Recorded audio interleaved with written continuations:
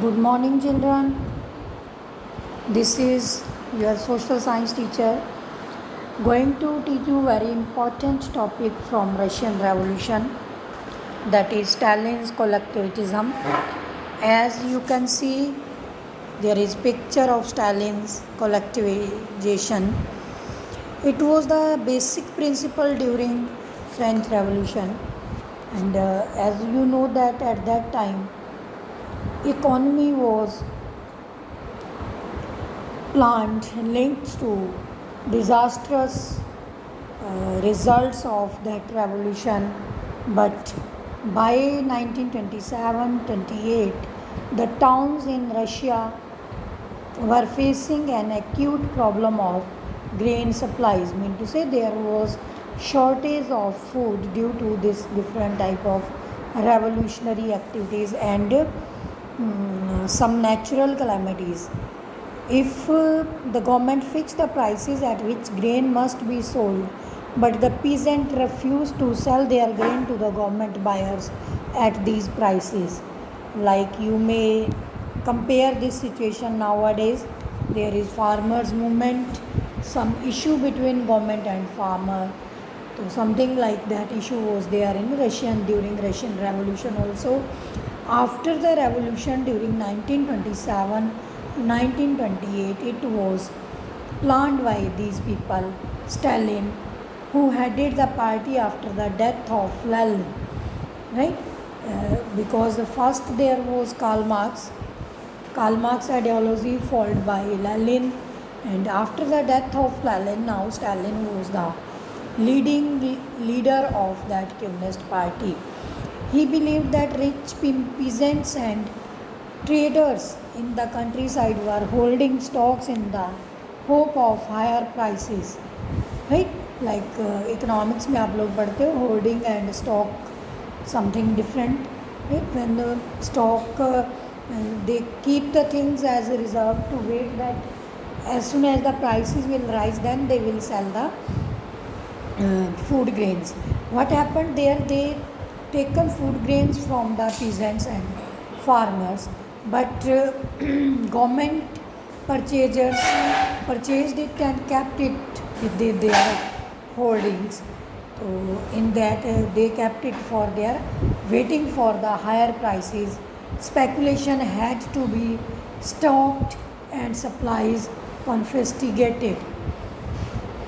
As soon as all these things were going on, in party member,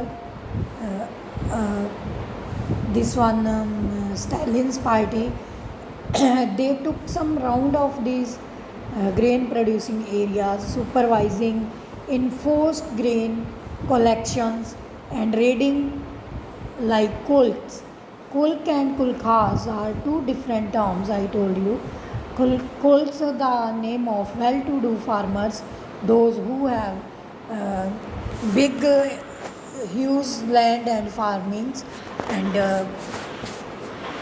Kulkhas was the name of that total area, total land covered by them, whatsoever they had.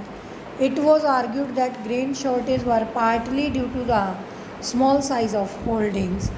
That's why after 1917 it had been given over to the peasants. The small land, small seized peasants farm could not be modernized, right? They cannot be have a facility of threshers, harvesters. Peasant could not be modernized. To develop modern farms and run them along industrial lines with machinery, it was necessary to eliminate cults, take away land from peasant and established state control at the large farms. So this was the theory that was given by this Stalin. After that, what followed that Stalin's collectivism program 1929, this party, you know that excess of everything is bad. When this party had this type of facilities, and they forced other peasants to cultivate in collective farms, kolkhas, right? They wanted that all should cultivate the land in collective form. The bulk of land was implemented and were transferred to the owner of the collective farms. Now the situation is same for what they have reached the revolution.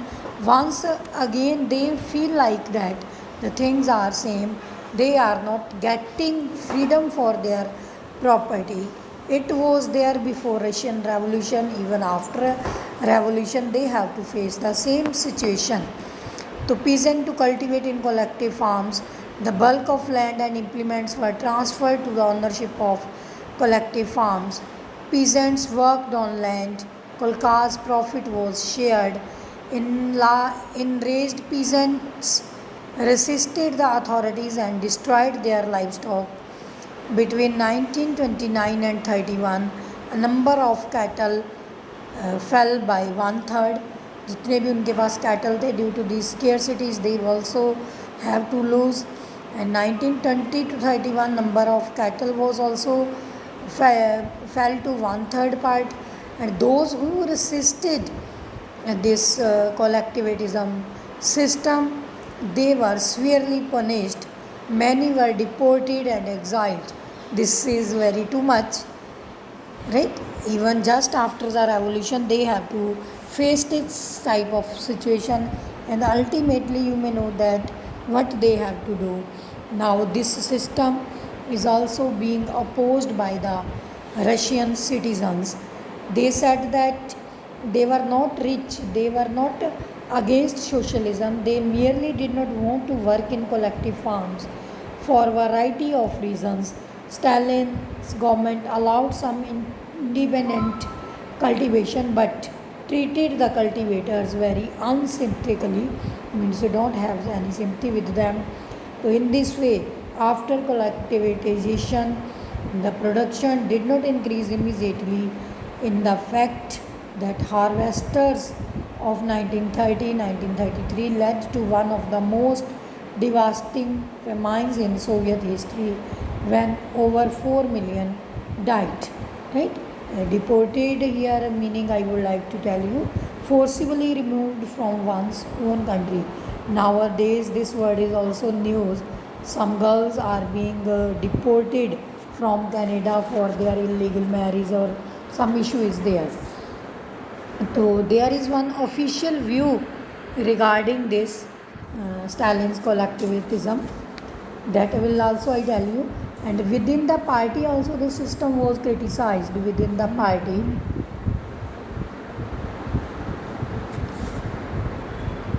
Confusion, production under the planned economy, consequences of collectivization. Stalin and his sympathizers charged these crickets with conspiracy against socialism. Accusations were made throughout the country, and by 1939 over 2 million were in prison or labor camps. Very big data is there, that was forcibly things were going on. You can imagine that what happened there just after the revolution, but no one spoke for them.